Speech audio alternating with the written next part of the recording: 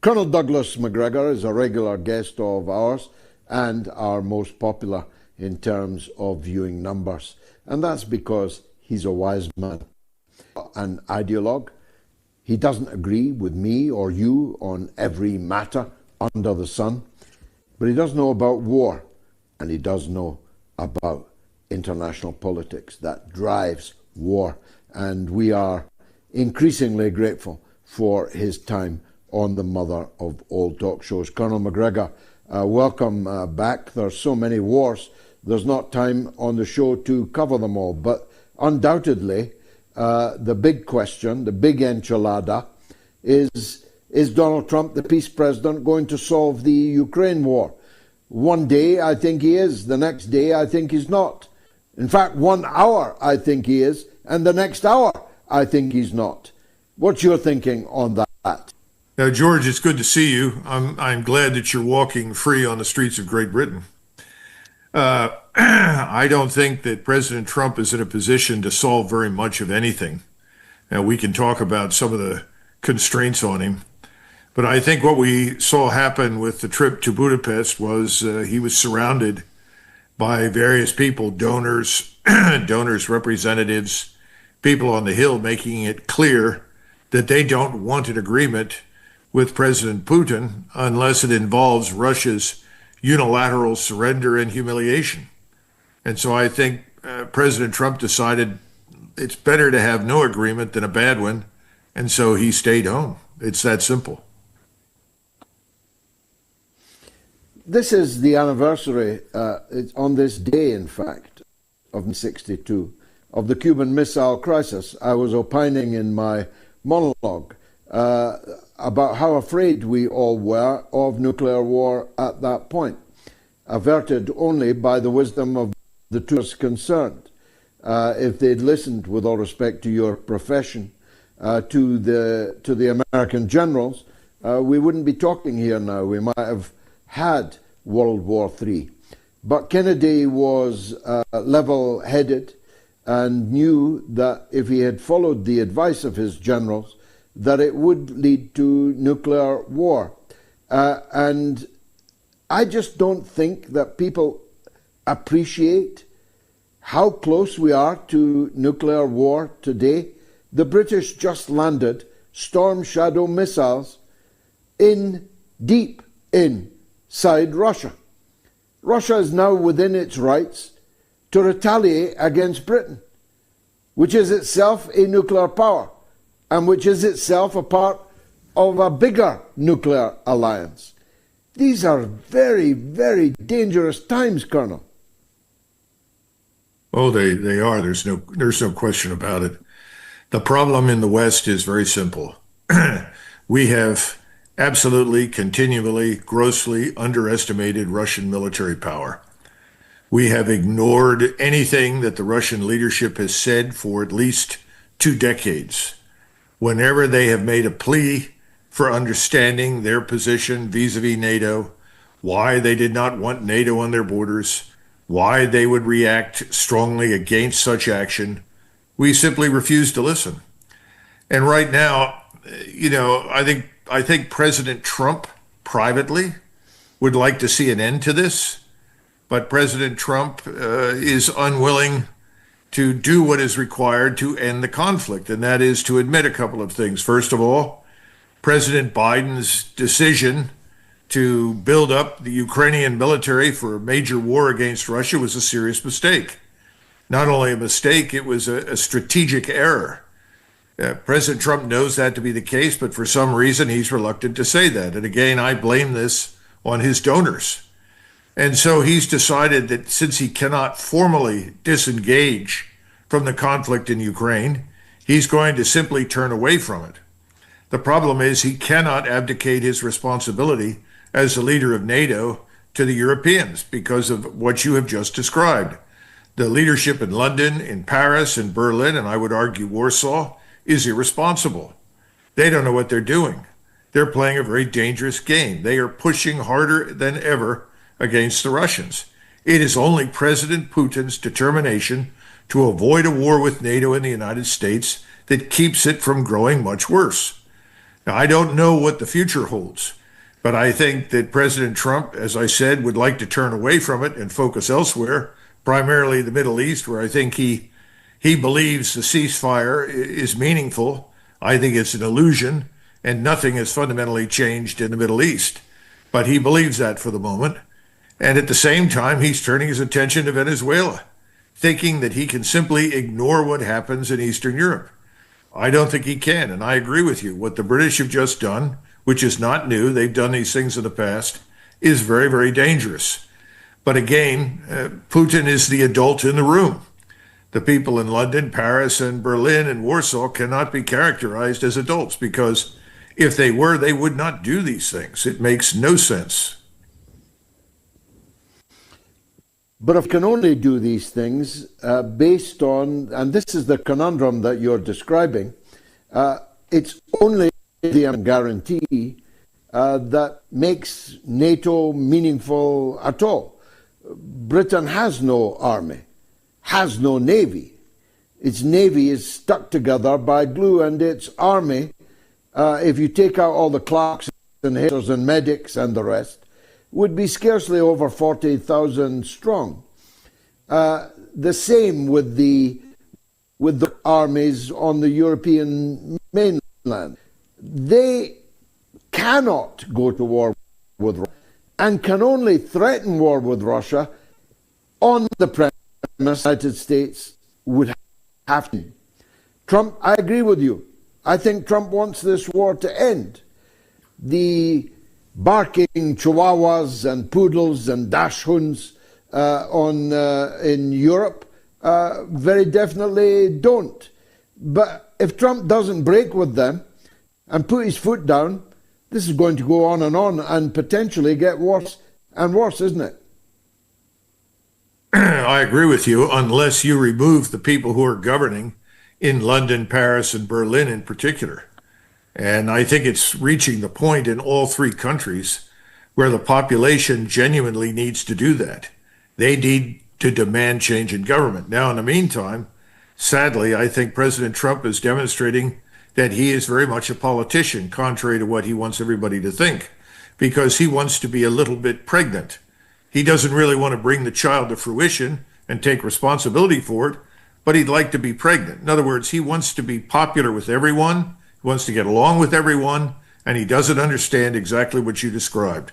He is the de facto leader of NATO. And if they want to break with him by insisting on carrying on this war, then he should put them in that position.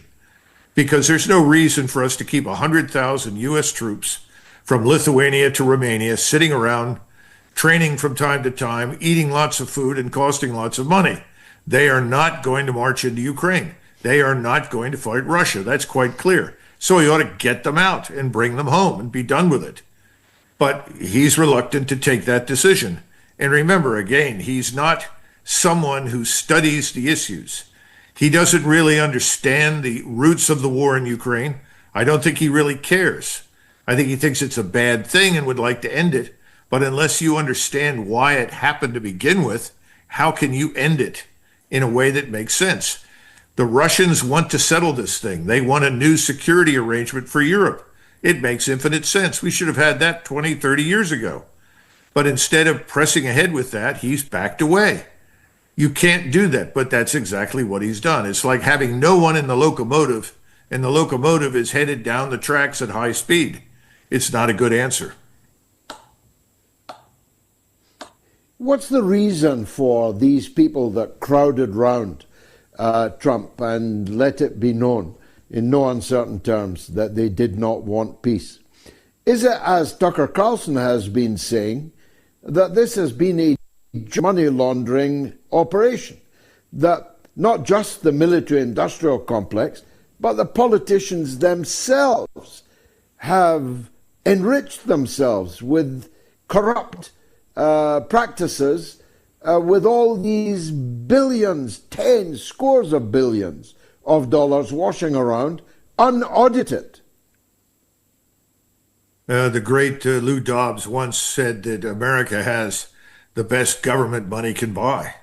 And I think we know that to be the case. We're currently governed by a collection of billionaires. You can call them oligarchs, whatever you like. And President Trump has demonstrated routinely since he took office that his administration is, quote unquote, a very transactional administration. You would like to be the ambassador to Lower Slobovia, pay your $2 million to me, and you get to be the ambassador to Lower Slobovia. Tell me what you want, and if you pay enough money, I'll see to it that you get it. That's effectively what's been going on. And these billionaires are the same ones that want to subjugate the Middle East. They want to create Israeli hegemony backed by U.S. military power all over the region. They want the same thing in Ukraine. They want to destroy Russia. Why these people are committed to these things would take us an hour to explore. But the point is, the same people pushing these bad wars and bad policies are at work in Venezuela. They're at work in the Middle East. They're at work in Eastern Europe. There's no easy way to get around it. And President Trump's problem is he owes his position in the White House to these people. Yeah, but he is there and he can't run again. So, eaten bread is soon forgotten, as the Irish say. It's a bit of a puzzle that he's not more interested in what his legacy will be. I mean, if you could leave office as the guy who halted the potential for World War III in Europe, that would be a very considerable feather in your cap. But he is preeminently concerned about optics, the way things look. And he believes that if he states it, it's true. If he tells someone to do something, he believes they're off and doing it. My experience with him was that he doesn't realize that simply because he tells somebody to do something, they may or may not do it. And if they don't do it, he doesn't hold anybody accountable. There's no price to be paid. You can't run a government that way. You can't run anything that way. Where there is no accountability, there's no performance. He doesn't seem to understand that. But he wants to feel good. He likes others around him to feel good. His favorite thing is to be on permanent campaign. He loves to talk to large audiences and interact with them. What he doesn't like to do is sit down, listen to a detailed briefing of some importance. Now, there is some good news. It looks like he was briefed on the Tomahawk, its limitations, the small numbers available, the problems with it. And he finally decided, well, perhaps I shouldn't press ahead with that. Everybody thinks it's because President Putin told him that this would sour Russian-American relations, and it was viewed in Moscow as an escalation in the conflict, and they would have to respond. But I don't think that was it. I think he was rather surprised when he discovered we don't have that many, and the ones that we have are only available to be launched from the ground for the Ukrainians. And if we do that, we have to put our soldiers, our personnel, if you will, on the ground, executing the mission, planning it, and so forth. I think he finally decided this is a bad idea. Well, that's a good thing. I'm damn glad he decided that, because it was a very stupid idea. But that's not enough. And when President Putin talks to him, President Putin likes to think of him as the leader of NATO. And he's very frustrated because he can't do that, because there's no evidence that President Trump will put his foot down. Just as there's very little evidence that he's going to do anything to restrain Mr. Netanyahu, we don't see much evidence he's going to restrain Starmer or Macron or Moats. But he should, given his position.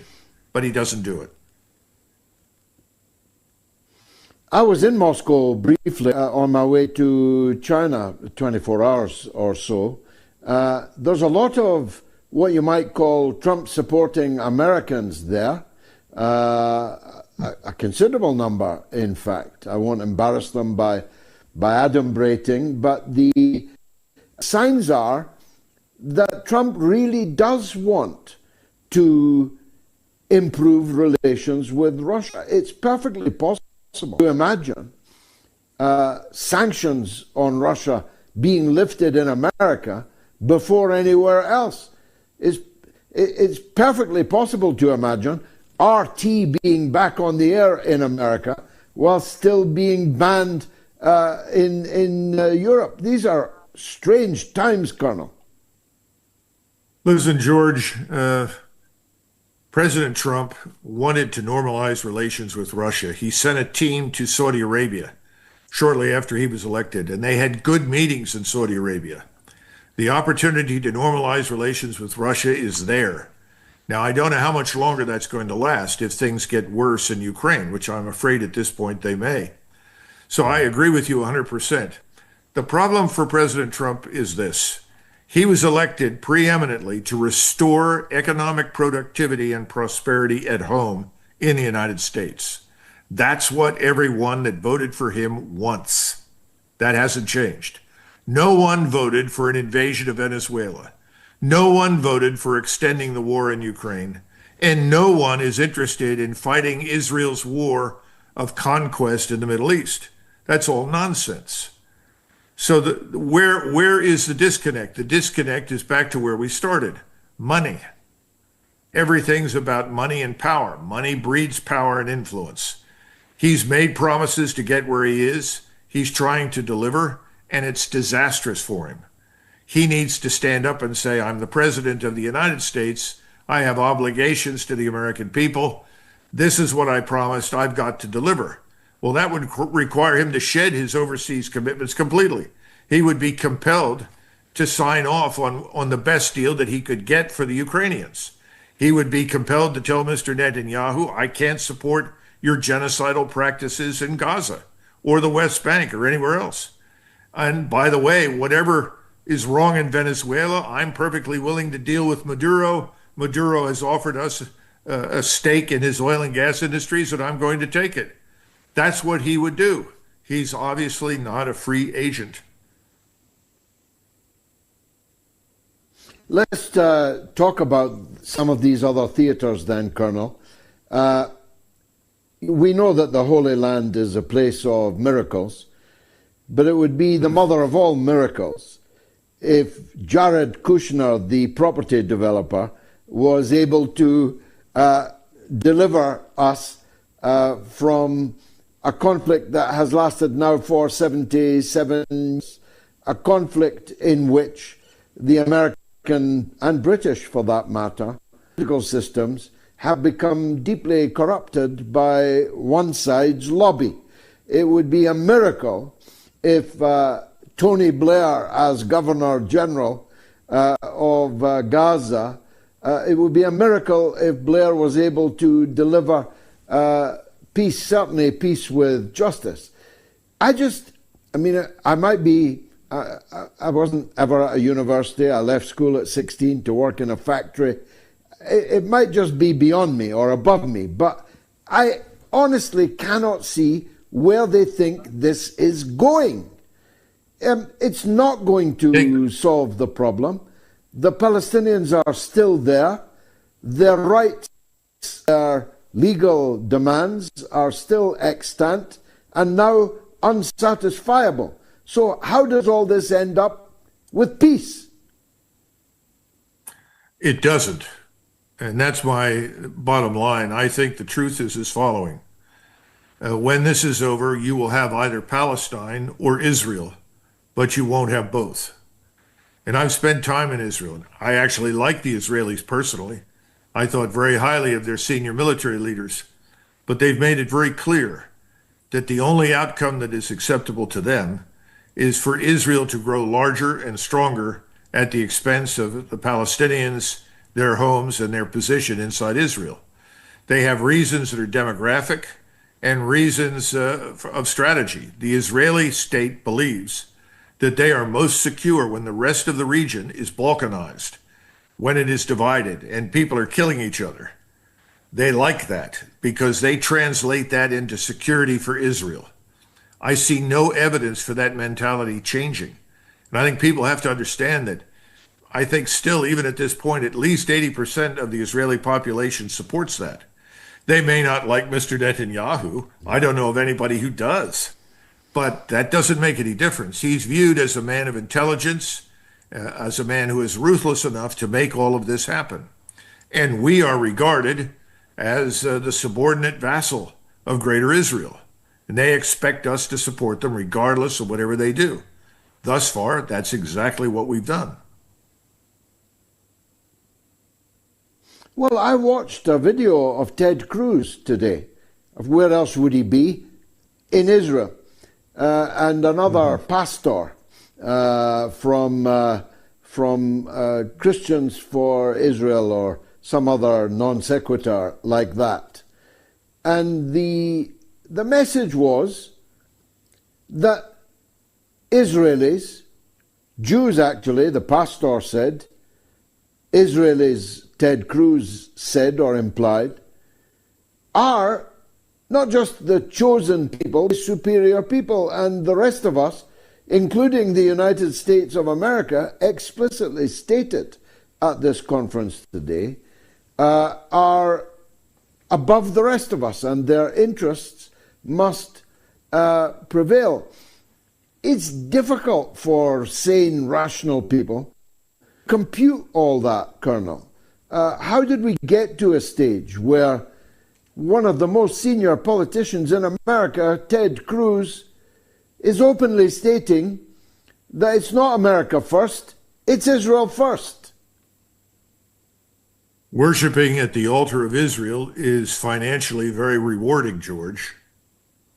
I can't emphasize that enough. When we talk about these wars, you have on the one hand this sort of money laundering scheme that Tucker Carlson rightly described, but you have to look at the bank accounts. There are some investigations underway of senior senators who've received millions of dollars as a result of this, what we call laundering operation. But it's more than that.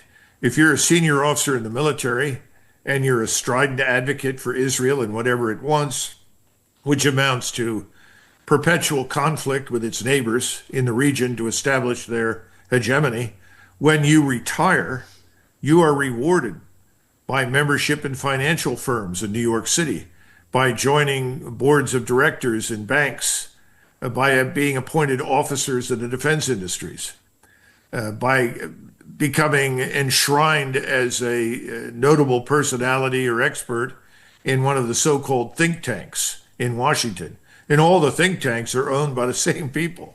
They're not think tanks, they're advocacy tanks. But the point is that everyone has figured out, if you want to get rich and you want to be rewarded, be on the right side.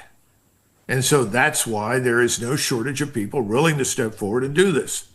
The danger for someone like President Trump is that there is an inexhaustible supply of sycophantic generals who will tell him whatever he wants to hear because it's financially rewarding to do so. The problem is, at some point, it's going to become militarily disastrous and strategically catastrophic for us. When that happens is anybody's guess, but I think we're closer to it now, as you mentioned at the outset, than perhaps we have been in decades. My God, I wish you were the president. Colonel, one last question.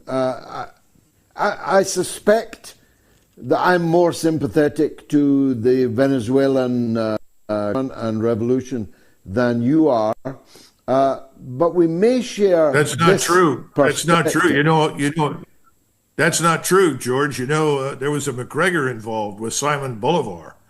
He was kind of a rogue, but he had quite a reputation. He fought in the revolution. Well, I think you and I might need to head down there together. We could be the new Scots guards of the Venezuelan Well, there's revolution. no reason, George. There's no reason for a war with Venezuela. This is nonsense. There's no reason to invade that place. And if we go into it and we're brutal and we kill people and we do damage, Venezuela is going to become the rallying point for millions of people all over Latin America who hate us already. Yeah. We'll see 100,000 paramilitaries from Brazil and Colombia pour into the place. It'll be a never-ending disaster. It'll go on forever. You know, the big problem we have is the same one. Back in 1960, I think it was late 64, early 65, the Secretary of Defense, McNamara, called the Supreme Commander of NATO, an Army four-star. And he asked him, General, how long do you think it'll take us to get the 101st Air Mobile Division into Vietnam? He said, oh, I don't think it'll take very long to get them in. The question is, how long will it take us to get them the hell out? Well, of course, Secretary McNamara didn't like that answer and said thank you and hung up the phone. That's our problem. No one ever asked the question, okay, why are we going in? And then saying, well, this is the mission. Can you explain the mission? How are we going to do it? What's it going to look like when we complete it? There's no emphasis on that. The emphasis is just get everyone in. Push everybody in. We'll figure it out once we're on the ground. It's a catastrophe. It doesn't work.